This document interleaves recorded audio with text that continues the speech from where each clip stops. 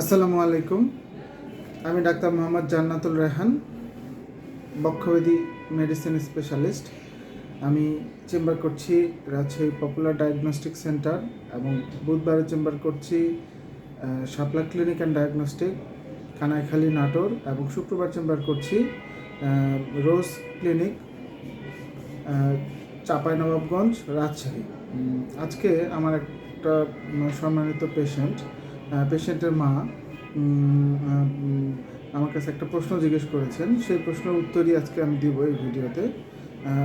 তার বাচ্চার বয়স হচ্ছে 7 বছর। উনি আমার কাছে আসছিলেন আর কি, একজন শিশু বিশেষজ্ঞ ও বাচ্চাটাকে আমার কাছে রেফার করছিলেন। তো বাচ্চাটার যেটা ডায়াগনোসিস সেটা হচ্ছে যে ওনার ওই বেবির মানে চাইল্ডহুড অ্যাজমা আর কি, ছোটো বাচ্চা, অ্যাজমার বাচ্চা। তো ওই ভদ্র মহিলা যখন আমার কাছে আসছিলেন, ওনার বাচ্চা বেশ কাশি এবং শ্বাসকষ্ট হচ্ছিল। তো 14 দিন পরে ফলো আপে এখন উনি বেশ অনেকটাই, ওনার বাচ্চা ভালো। তো উনি আসলে প্রায় খুব মন খারাপ করে আমাকে একটা প্রশ্ন করলেন যে আচ্ছা ডাক্তার সাহেব, আমার বাচ্চা কি কখনো ভালো হবে না? ও কি আজীবনই এরকম থাকবে? সারা জীবনই ওষুধ নিতে হবে? তো তার উত্তরে যে আমি যা বলেছিলাম সেটাই আজকে বলবো। এর জন্য ভিডিওটা করা। যেসব বাচ্চাদের ছোটোবেলা থেকে অ্যাজমা হয়, মানে যেসব বাচ্চাদের হাঁপানি সমস্যা আছে, সেই বাচ্চাদের ক্ষেত্রে যে দেখা যায় যে কিছু কিছু বাচ্চা যারা হয়তো দেখা গেল যে 4-5 বছরের মধ্যেই অ্যাজমা ডায়াগনোসিস হয়ে গিয়েছে। তো তারপরে অনেক বাচ্চার আসলে কি 12-13 বছর পরে ওই অ্যাজমাটা চলে যায় এবং এটা আবার 40-এ পরে ফেরত আসে। 40 বছর বয়সের পরে তারপর ওই বাচ্চা আবার ওই বাচ্চাটা যখন বড় হয় তখন আবার অ্যাজমাটা ফেরত আসে। অনেক বাচ্চার আছে যে 12-13 বছর পরে চলে যায় আর জীবনে কখনোই অ্যাজমা ফেরত আসে না।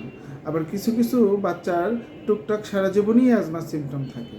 এখন কার কোনটা হবে, তার অ্যাজমা সারা জীবনই থাকবে নাকি 40 বছর পর্যন্ত সে ভালো থাকবে, 40-এর পরে ফেরত আসবে, নাকি সারা জীবনই আর একবার চলে গেলে আর কখনোই আসবে না? বিষয়টা এটা একটা উপরওয়ালাই ভালো জানেন।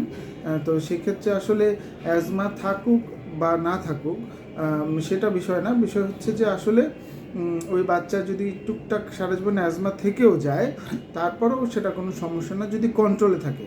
অ্যাজমা এমন একটা অসুখ, খুবই ভালো অসুখ আমাদের রেসপিরেটরি মেডিসিনে। যদি আমরা এটাকে কন্ট্রোলে রাখতে পারি, কোনোই ক্ষতি করবে না। যদি আমরা ওকে নিয়ন্ত্রণে রাখতে পারি তাহলে বাচ্চার গ্রোথ ঠিকমতো হবে, বাচ্চা ভালো করে পড়াশোনা করতে পারবে, ঘন ঘন অসুস্থ হবে না, তার ফুসফুসে স্থায়ী কোনো ক্ষত হবে না, কোনো ক্ষতি হবে না। কিন্তু এই বাচ্চার যদি ঘন ঘন অ্যাটাক হতেই থাকে, বারবার হতেই থাকে, তাহলে ওর বাচ্চার ফুসফুসে স্থায়ী ক্ষত তৈরি হবে, যেটা তাকে সারা জীবন বয়ে নিয়ে বেড়াতে হবে। এর জন্য আসলে বিষয়টা হচ্ছে মেইন, বাচ্চার অ্যাজমা সারা জীবন থাকুক বা না থাকুক, অথবা চলে যাক, অথবা 40-এর পরে ফেরত আসুক, যাই হোক না কেন, মেইন চিকিৎসার মেইন উদ্দেশ্য হচ্ছে আমরা বাচ্চার অ্যাজমা কন্ট্রোল করব। অ্যাজমা কন্ট্রোল যদি করতে পারি তাহলে একদম সুস্থ স্বাভাবিক মানুষ যেভাবে জীবনযাপন করে, ওই বাচ্চাটা ঠিক একইভাবে জীবনযাপন করতে পারবে। এখন কন্ট্রোলের দুটো উপায়, দুটাই একসাথে জরুরি, যেটা নিয়ম এবং ওষুধ। যদি নিয়ম ভালো করে মানতে পারে তাহলে হয়তো অনেক সময় ওষুধ খুবই কম লাগে, অনেক সময় লাগেও না। তো নিয়মের বিষয়ে আমি আজকে আর কিছু বলছি না। মেইন আজকের যে মেসেজ সেটা হচ্ছে যে যেসব বাচ্চাদের খুব ছোটোবেলায় অ্যাজমা ডায়াগনোসিস হয়ে যায়, তাদের সারা জীবন থাকবে কি থাকবে না সেটা বড় বিষয় নয়। বড় বিষয় হচ্ছে আমরা অ্যাজমাটাকে কন্ট্রোলে রাখতে পারছি কিনা। যদি কন্ট্রোলে থাকে তাহলে বাচ্চা একদম সুন্দর স্বাভাবিক 8-10টা বাচ্চার মতোই স্বাভাবিক জীবনযাপন করতে পারে। আর যদি কন্ট্রোলে আমরা রাখতে না পারি, ঘন ঘন অ্যাজমা অ্যাটাক হয়, তাহলে কিন্তু বাচ্চার স্থায়ী ক্ষত হতে পারে, ফুসফুসের শ্বাসনালীর বিভিন্ন রকমের জটিলতা দেখা দিতে পারে, বাচ্চা ঠিকমতো পড়াশোনা করতে পারবে না যেহেতু সে প্রায়ই অসুস্থ থাকবে, বাচ্চার গ্রোথ হবে না যেহেতু সে প্রায়ই অসুস্থ থাকবে। আজকের মেসেজ হচ্ছে এটা, বাচ্চার অ্যাজমা থাকুক বা না থাকুক সেটা বড় বিষয় না। বিষয় হচ্ছে আমরা অ্যাজমাটা কন্ট্রোলে রাখতে পারছি কিনা। যদি কন্ট্রোলে রাখতে পারি তাহলে ইনশাল্লাহ কোনো অসুবিধা হবে না, বাচ্চা একেবারেই সুস্থ স্বাভাবিক জীবনযাপন করতে পারবে। সবাইকে ধন্যবাদ।